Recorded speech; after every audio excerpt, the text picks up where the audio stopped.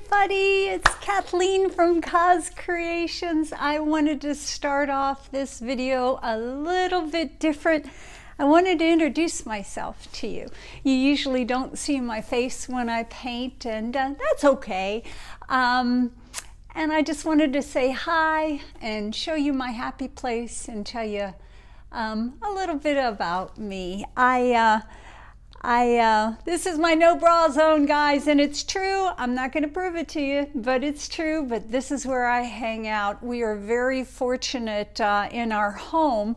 We have a very big garage. This is my side of the garage, and there's another side over there from my man, Rick. And actually, the whole garage space was his. We made a deal when we built this house a year and a half ago that the house was mine, the garage was his, but slowly but surely I've kind of worked my way into his space, and he's okay with that, and I'm very, very grateful. But we live in South Carolina on Hilton Head Island, and I'm so grateful and blessed that I can paint down here 12 months out of the year.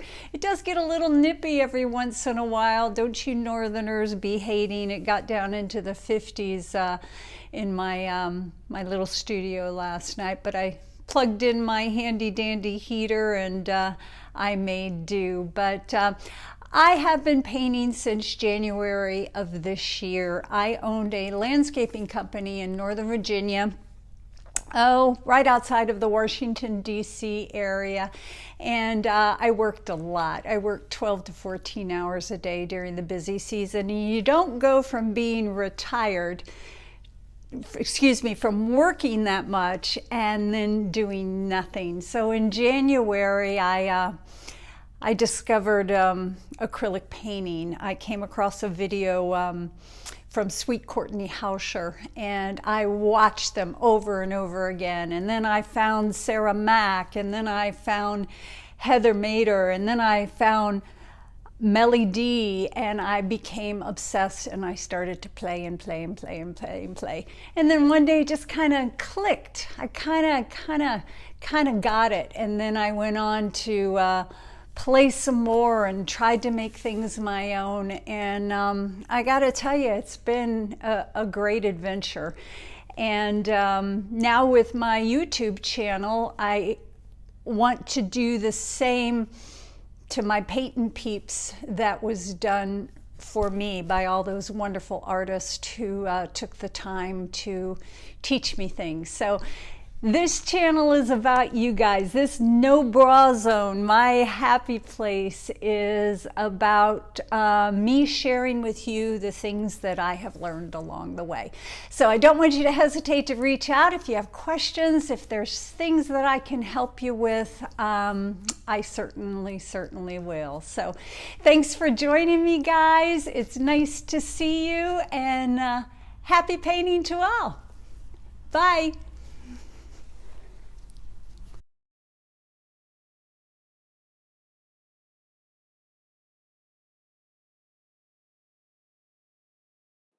Hi everybody, welcome. It's Kathleen from COZ Creations. I'm so glad you're here today. We are going to be doing one of my favorite techniques. It's a swipe. Some know it as a ghost swipe, some know it as a ripple swipe, some know it just as a swipe. And from this day on, I'm calling it a swipe. I did this painting, the exact painting, same colors and composition, a few months ago. Julie Cutts had reached out to me after she was admiring a piece of art that I had on Facebook, and I was so thrilled that I made up my very first video, and I sent it to her, showing her this technique and the swiping tools that I used and the pouring medium that I used, and she went off and made it her own. She did some very nice paintings, and she calls hers a ghost swipe. I called mine a ripple swipe, and later in this video you'll see why, because I get these little ripples through my painting, which I really love. But I'm going to call it just a swipe. So here we go. We have already put down our base coat, and I used the Artist Loft Black as well as a very nice, brilliant blue by Artist Loft. I don't use just a black on my base. It tends to dry a little bit too dull for me unless you're going to be applying resin or some kind of a finish. I don't like the way it looks. So I went ahead and prepped my canvas beforehand because it saves some time.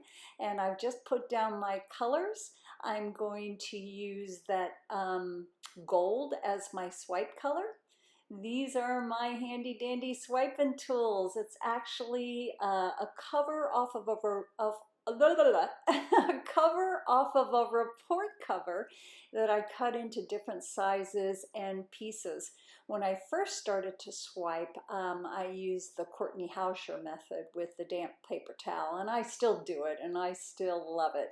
But I like the control that I get from using these cut up pieces of plastic. They're very, very flexible, and these are the same ones I've been using from a couple months ago. Now I put my little swiping tool down into my swipe color, and I just drag it through that paint ever so lightly. You'll also see here that at times I stop my swipe midway. I don't take it all the way down to the bottom because I really enjoy my negative space. Now I originally talked through this video, but my audio got a little messed up, so I ended up having to do a voice over. So you're going to see my hands talking to you, and I don't have any idea what the heck I was saying. So I think I'm talking here about the fact that you don't have to take your swiping tool all the way to the edge. Now that's only if you don't use a lot of paint. And I use very little paint in my swipes, and when I put down my base coat, I tilt my canvas and let it run off for quite a few minutes so that my base coat isn't too thick. So those are some really thin lines of swipe colors, guys. Now here I'm using a smaller swiping tool. That way you can get different bands of color, wide bands and narrow bands. Here's a little bit of a wider piece. Starting to bring up some of that beautiful, beautiful teal color. The gold and the teal look so good together. Now I was hoping for a little bit more of that lighter color in here, the pearl, and it didn't quite happen, but you'll see that I go ahead and do a second swipe to reintroduce that pearl color. Once again, you can do that if you don't have a lot of paint on your canvas. You're going to start to see some ripples coming up, which is why I named this a ripple swipe when I first did it. There'll be a couple of really good examples coming up here. Now what I'm telling you here is I don't swipe towards me as well as I swipe away from me. But it's hard to move a wet canvas around and flip it around, especially when you got a whole bunch of wires attached to you. Now you see a little bit of the black lines coming up here on this swipe, and I liked it, so I left it, but there was a reason for it. There was a little bit of dry paint left on the tip of my swiping tool, which I eventually wiped off, but I didn't mind those black lines coming through. Now when I put my swiping tool down, I try to marry it up right next to the swipe I'm working next to. If not, you're going to get a little divot of paint between your swipes, and I think we have an example of that here coming up.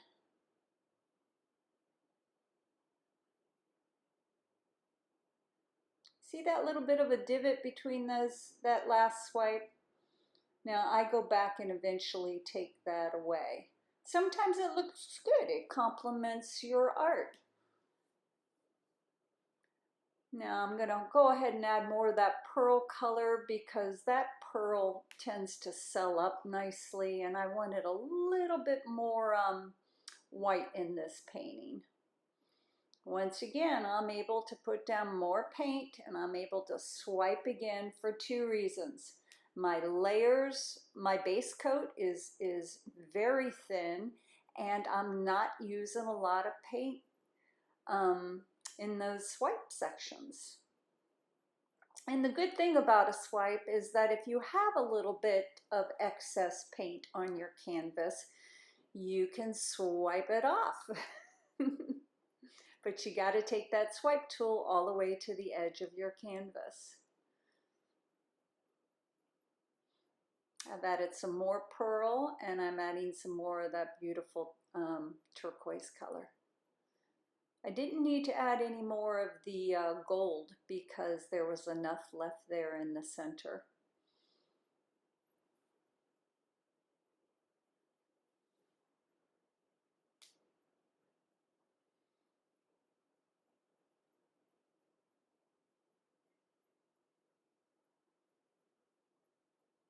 Now, there's an example of the ripple swipe. It ripples away, and that effect sometimes I just absolutely love. Now, how it happens is I apply just a little bit more pressure with that swiping tool. There you go. That is so cool. I love the way those colors all kind of mute together. I also like those little black sections coming down from the middle swipe. It's funny, as I'm talking to you, I'm pointing towards my my video as if you can see me pointing towards my video. There we go. I didn't take that swipe all the way to the edge of the canvas. I lifted it up before I got to the end because I don't want to take away that negative space. Look at that black. I love that. Now, what I'll probably do is after this painting dries, I'll go in with my my acrylic paint pens, and I'll maybe accentuate that a little bit more, darken it up a little bit. We've got some pictures at the end of the video today of this painting. Still a little damp, but it was the next day, and oh, it's just beautiful. Oh, look at that black. I love that. I want more.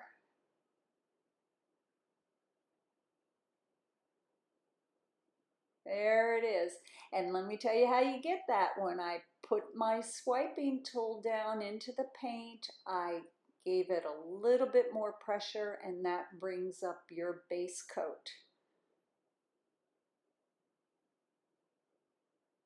Now, I like a straight line down the middle of this painting. I think it works with this composition.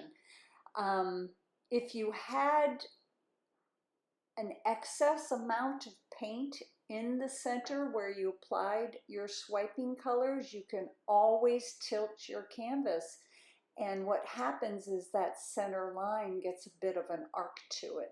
And that can be a really nice look as well, guys. So play with it, fiddle with it. Don't be afraid that you'll mess it up. That's how you learn. Fiddle, play. Sometimes you mess it up, sometimes you don't. But when you mess it up, I tend to learn more from my mistakes, guys. So fiddle away. Now I'm tilting my canvas. The reason I do that is I want to see if there's any sections of this painting that have a buildup of paint. And right there in that upper right hand corner, right in the middle was a little bit of a buildup, so I was kind of forced to swipe that off. But that's okay, it worked out.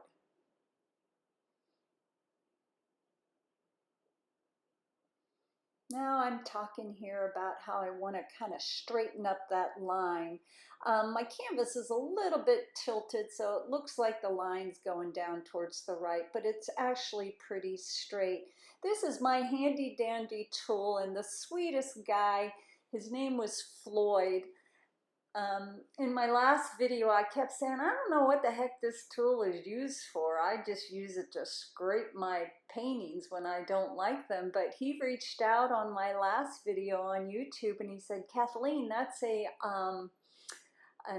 auto mechanics fixer-upper tool. When you take your vehicle in to like touch up the paint and stuff, or if you were in a car accident and you had some dents, they use that tool to fix your car.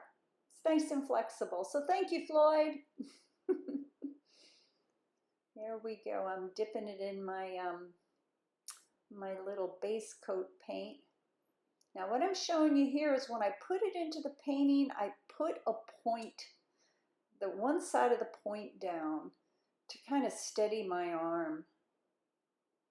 And then I just kind of lay it down and then I bring it up from the opposite side. When I'm working towards the center of my canvas, my arms get a little shaky because I can't support them because of the reach. So that kind of helps me. Now put the point down where you ended on the last line, lay it down and lift it up.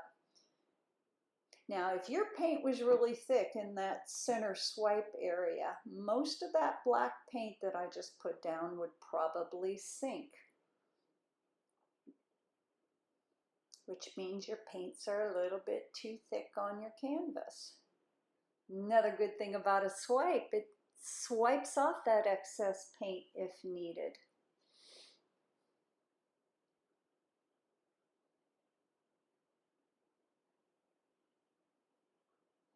Here we go. We just kind of define that center line. I wish my painting wasn't crooked on that canvas. Oh, excuse me, on the video. It's hard to get your camera just right when you're doing this. I'm actually using my iPhone, guys, when I do my recordings. There we go.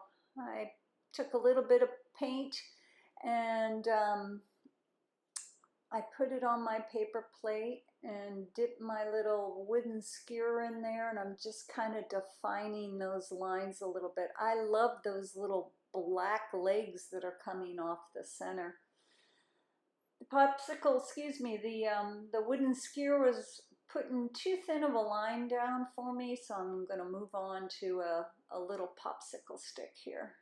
You need very little paint on the end of that popsicle stick. That's what I'm telling you right here as I'm pointing at you.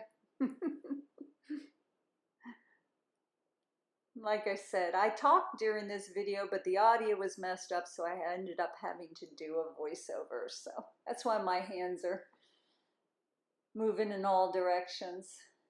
See, the popsicle stick gave us a nice fatter line. And you can see where I lifted up, you see almost like a little bubble there.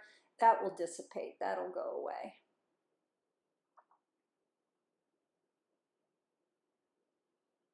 Now when I'm adding these enhancements, you'll see that I go in where there's already some existing black or that black-blue mix from the base coat.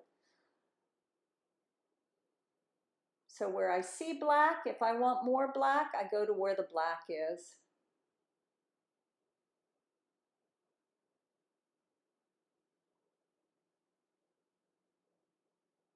I love those little feathery lines.